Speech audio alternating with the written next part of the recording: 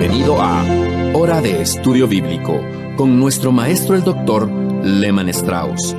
Este estudio es el resultado del tiempo personal con el Señor, el ministerio pastoral y la experiencia en conferencias bíblicas del Dr. Lehman Strauss. Él nos instruye y alienta con la enseñanza de la palabra de Dios. Ahora, el Dr. Strauss. Bueno, tomemos nuestras Biblias para continuar con nuestro estudio. Estamos considerando a la única iglesia verdadera. Por favor, leamos juntos Mateo capítulo 16, comenzando con el versículo 13. En este remarcable pasaje, el Señor Jesucristo hace algunas declaraciones referentes a la confesión de Simón Pedro y referidas al Señor. Dice en el versículo 16, en realidad Pedro dijo: «Tú eres el Cristo, el Hijo del Dios viviente». Y ante este testimonio Jesús respondió: «Bienaventurado eres, Simón, hijo de Jonás, porque no te lo reveló carne ni sangre, sino mi Padre que está en los cielos. Y yo también te digo que tú eres Pedro, y sobre esta roca edificaré mi iglesia, y las puertas del Hades no prevalecerán contra ella». Estos versículos son de vital importancia. Si no observamos cuidadosamente estos versículos, no comprenderemos el uso que el Señor hizo de la palabra iglesia.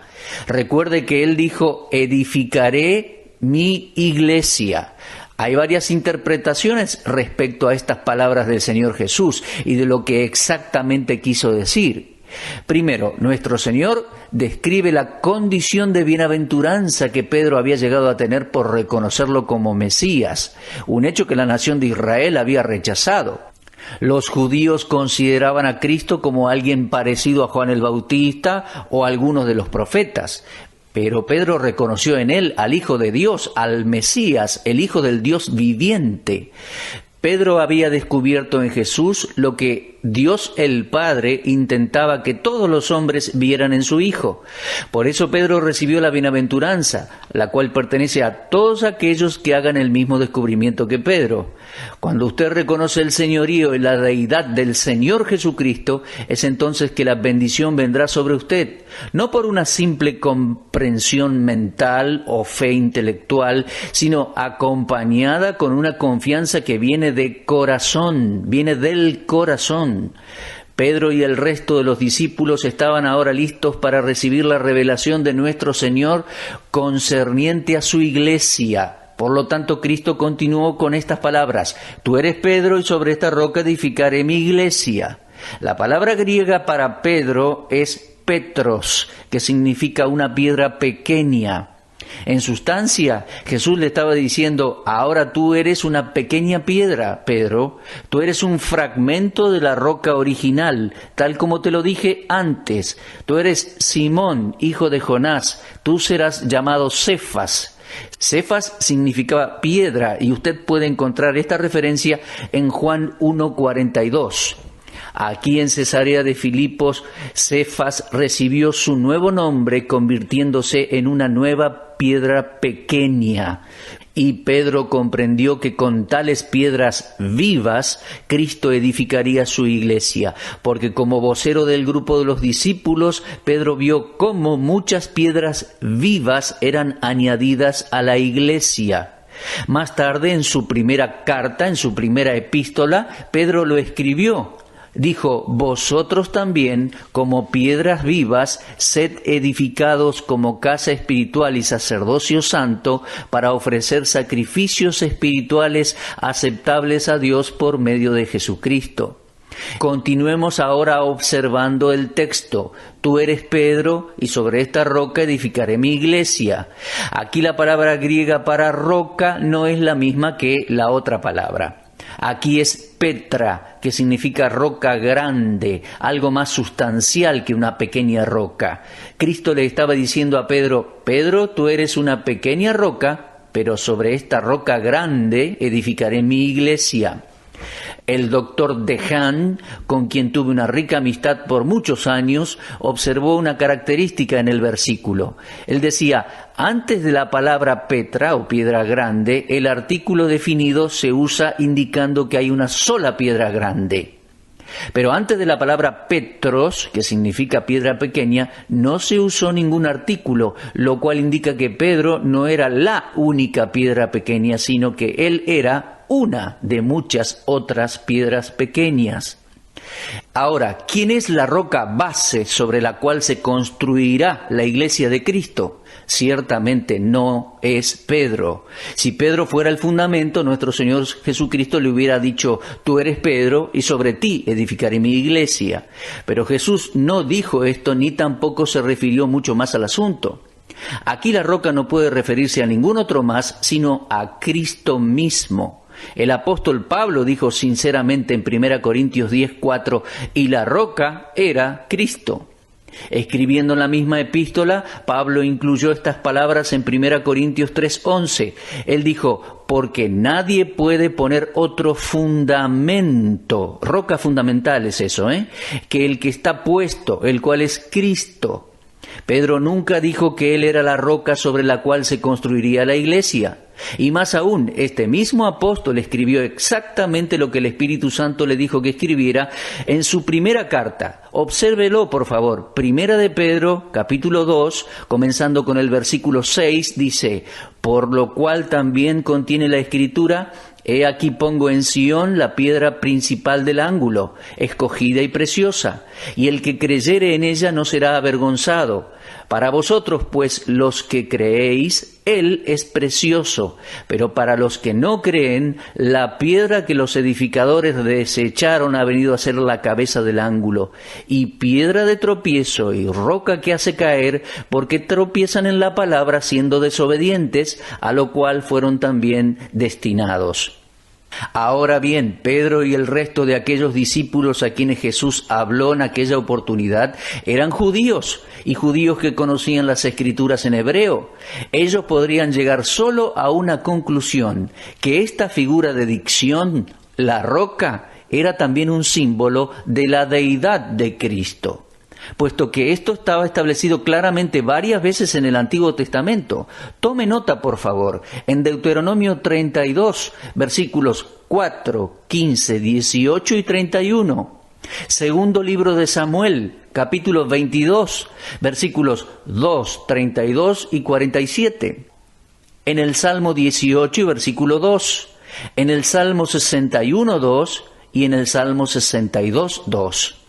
Cualquier iglesia construida sobre un fundamento que no sea el Señor Jesucristo no es la verdadera iglesia.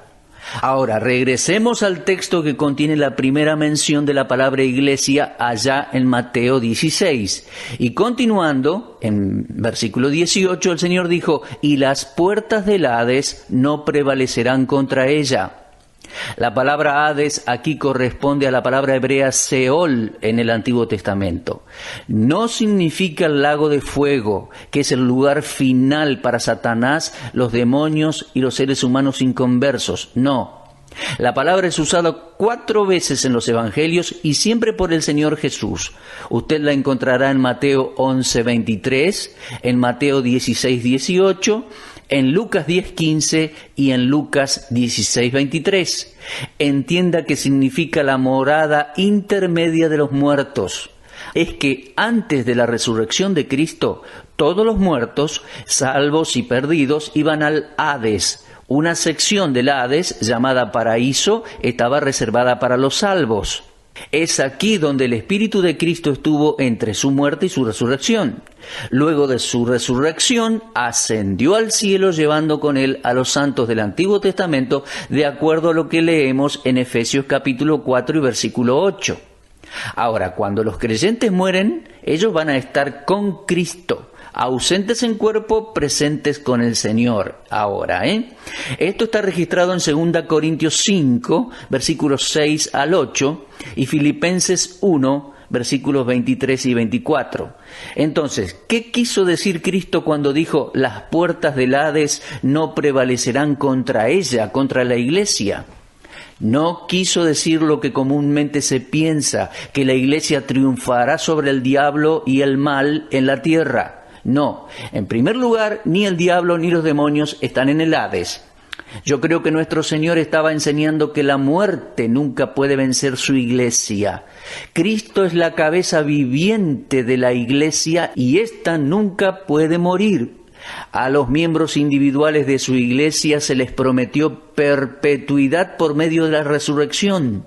La iglesia de Cristo es una iglesia permanente.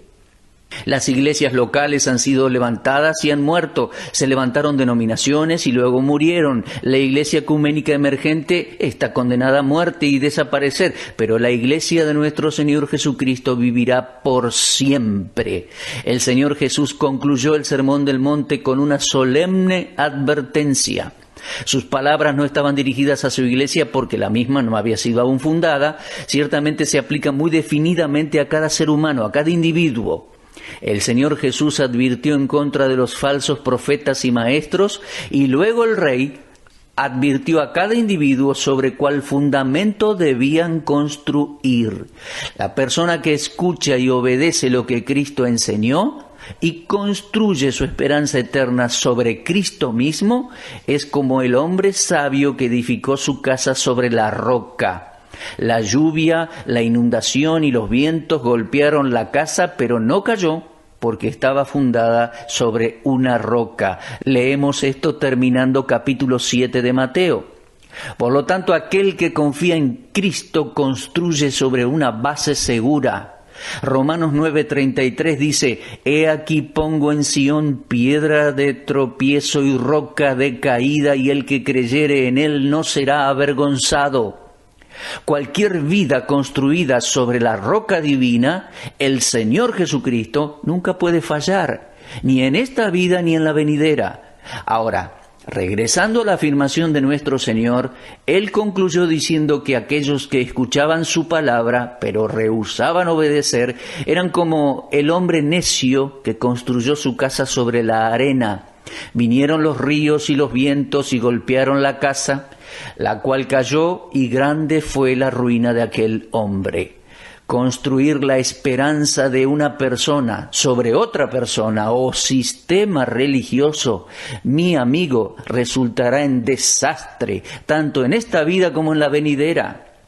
Les decía, puede usted leer esto en Mateo capítulo 7, versículos 21 al 27.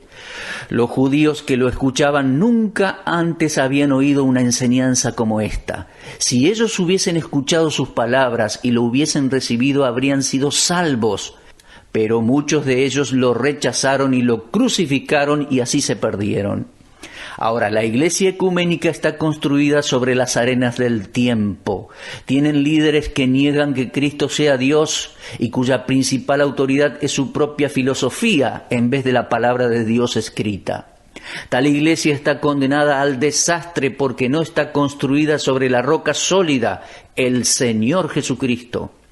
Bueno, les invito ahora a regresar al texto de Mateo 16. Cuando el Señor hizo su primera declaración respecto a su iglesia, Él dijo: edificaré mi iglesia.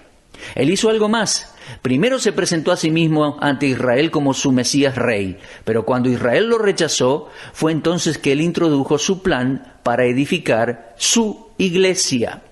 Sus palabras expresaron con claridad sus intenciones de tener una iglesia y que Él iba a ser su dueño y su fundador. Cuando Él hizo saber esto a Pedro y a los otros discípulos, la iglesia todavía estaba en el futuro. Era un plan para el futuro. En esa declaración, Él utilizó el verbo en tiempo futuro: edificaré. Y aquí nosotros debemos distinguir claramente entre la iglesia e Israel y entre la iglesia y el reino. Mi amigo, escuche esto por favor bien claro. La iglesia no es Israel, ni tampoco Israel es parte de la iglesia.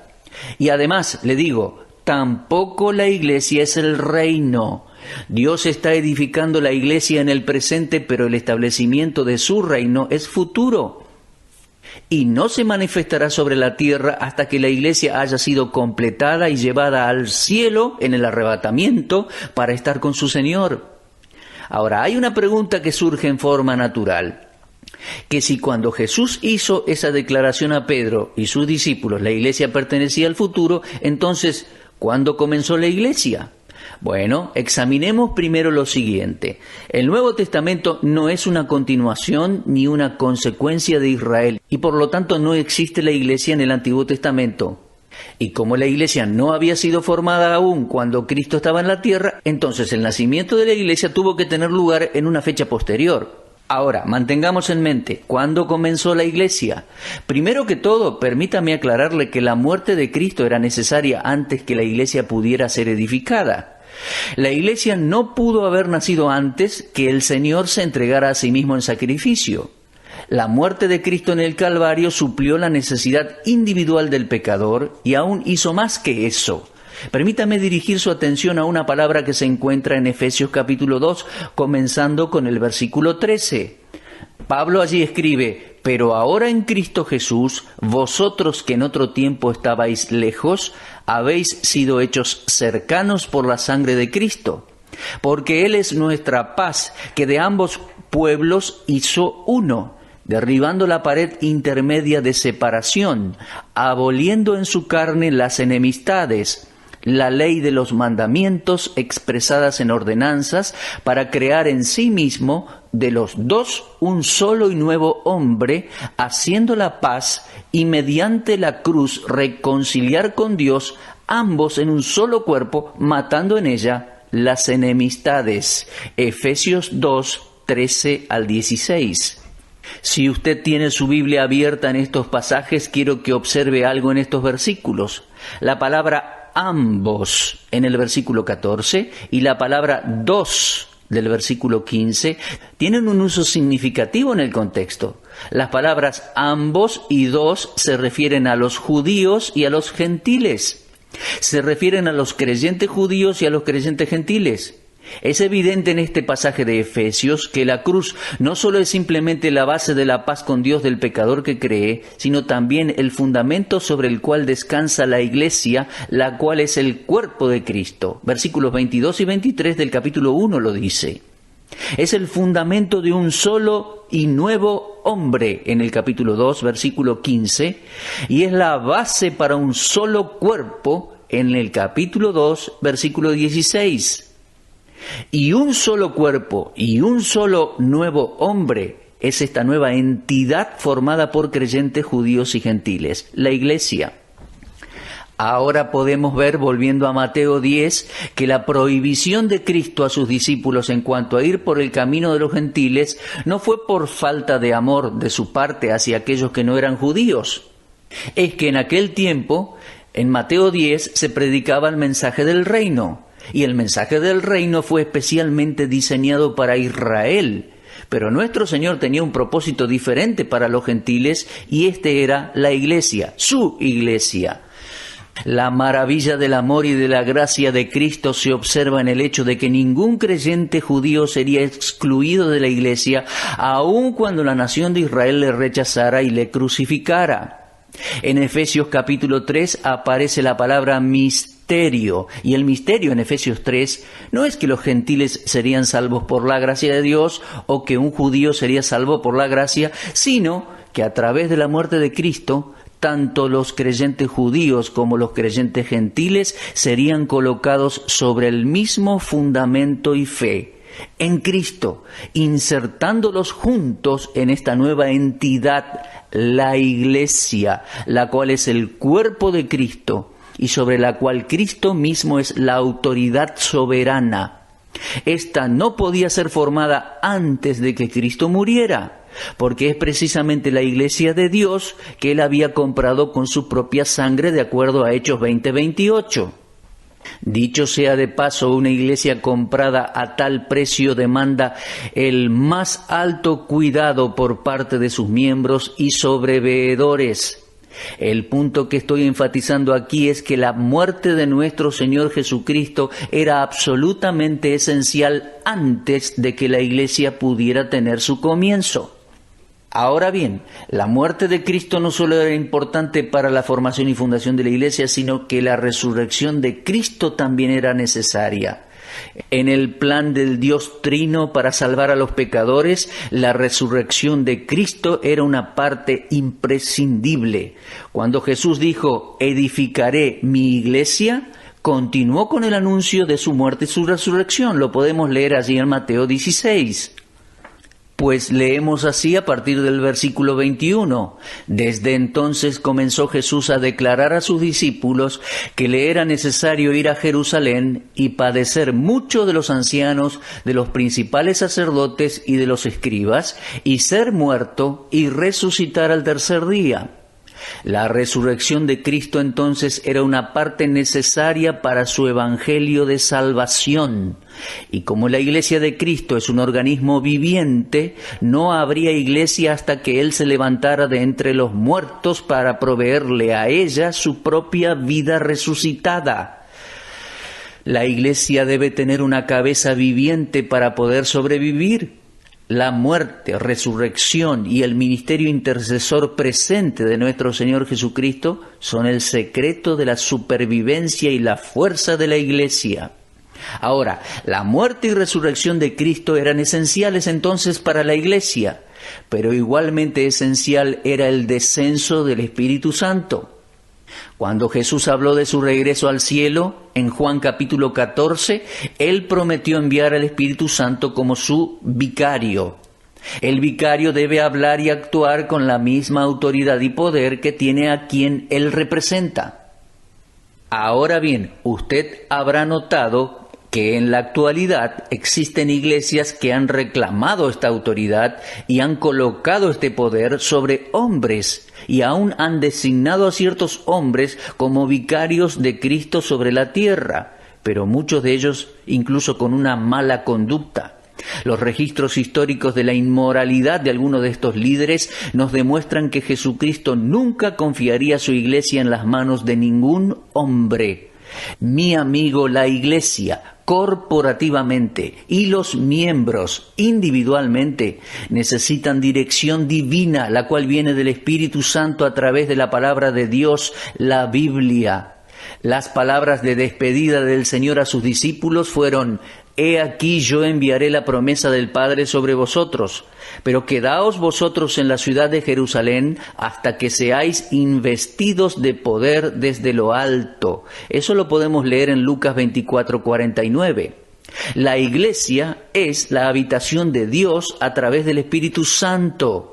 De acuerdo a Efesios 2:22, no habría iglesia hasta que el Espíritu Santo viniera. Bueno, entonces nos hacemos de nuevo la pregunta: ¿cuándo tuvo su comienzo la iglesia de Cristo? Cualquier intento de contestar esta pregunta coloca al maestro en un terreno controversial, y me doy cuenta de esto, pero tengo que tratar de contestar la pregunta. Permítame intentar una respuesta diciendo esto: yo no creo que la iglesia haya nacido antes de Pentecostés de Hechos 2. Pero ante el riesgo de ser rotulado como ultradispensacionalista, por algunos que conocen esa expresión, y discúlpenme aquellos que no entienden tal vez el término, quiero agregar que tampoco veo que la iglesia haya sido completamente formada en Pentecostés de Hechos 2. En Hechos 1:6, los discípulos estaban todavía esperando el reino. Sus expectativas estaban basadas en la promesa de Cristo que 12 de ellos se sentarían en 12 tronos. El Señor afirmó esto en Mateo 19:28, y por lo tanto procedieron a designar a Matías para tomar el lugar de Judas, formando así el grupo de los 12. Esto está registrado en Hechos capítulo 1, versículos 21 al 26. Pero en Hechos 2, Pedro dirigió su sermón a los hombres de Judá, lo leemos en Hechos 2:14, y a los hombres de Israel, Hechos 2:22. Las personas presentes en aquella fiesta de Pentecostés eran todavía judíos, de acuerdo a Hechos 2:5, y muchos de ellos eran prosélitos del judaísmo, de acuerdo a Hechos 2:10. Parece bastante claro que aún en aquel tiempo los apóstoles no rompieron completamente con el judaísmo, al menos en sus conceptos y en sus mentes, porque continuaron adorando en el templo judío de acuerdo a Hechos 2:46 y a Hechos 3, versículos 1 al 11. Ahora, si Pentecostés fuera el modelo para la iglesia, entonces nosotros estaríamos adorando en templos judíos. Por favor, lea el segundo sermón de Pedro predicando en el templo y observe que también estaba dirigido a judíos. Hechos 3:12. Incluso con la promesa de que Cristo retornaría si la nación de Israel se arrepentía y creía. Hechos 3:19 al 20.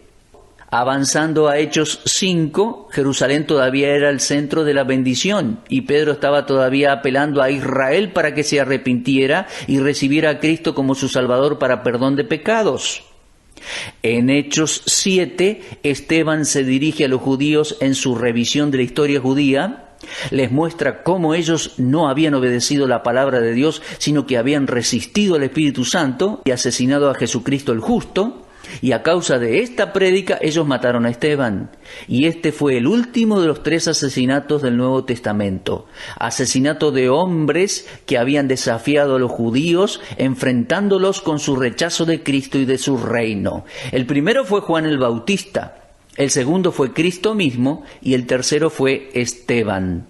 Con la muerte de Esteban, ellos resistieron al Espíritu Santo, quien había descendido en Pentecostés de Hechos 2.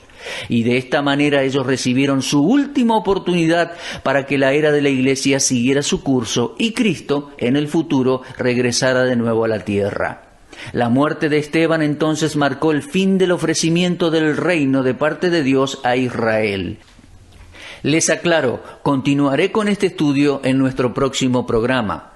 Pero antes de concluir, quiero hacerle una pregunta. ¿Ha nacido usted de nuevo? ¿Es usted miembro de la verdadera Iglesia de Cristo? ¿Ha abierto su corazón para recibir al Señor Jesucristo como su Salvador y Señor? Si no lo ha hecho, entonces hágalo ahora mismo, mi amigo. La palabra de Dios dice, cree en el Señor Jesucristo y serás salvo. No importa a qué iglesia en la tierra pertenezca usted. Si usted nunca ha sido salvo, si usted nunca ha confiado en Cristo para la salvación de su alma, está perdido y sin esperanza. Su iglesia no puede salvarlo. No hay redención en ninguna denominación ni en ninguna sociedad religiosa. Usted debe tener una experiencia personal de fe en el Señor Jesucristo. Por lo tanto, confíe en el Salvador ahora mismo y Él le salvará de inmediato. Y si este es su día de salvación, por favor escríbame y hágamelo saber. Usted estuvo escuchando Hora de Estudio Bíblico con el maestro el doctor Lehman Strauss. Si desea escuchar una vez más este mensaje, visite nuestra página en la internet www.bbnradio.org. Le dejamos la invitación para que el día de mañana nos acompañe aquí, en este mismo horario y punto del dial. Hora de Estudio Bíblico es una producción de BBN.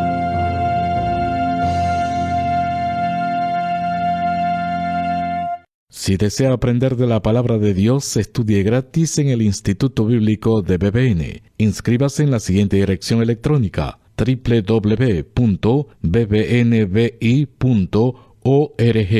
Elija el lugar y el horario que más le conviene. Seleccione cualquiera de los cursos disponibles en el Instituto Bíblico de BBN. Muchas gracias.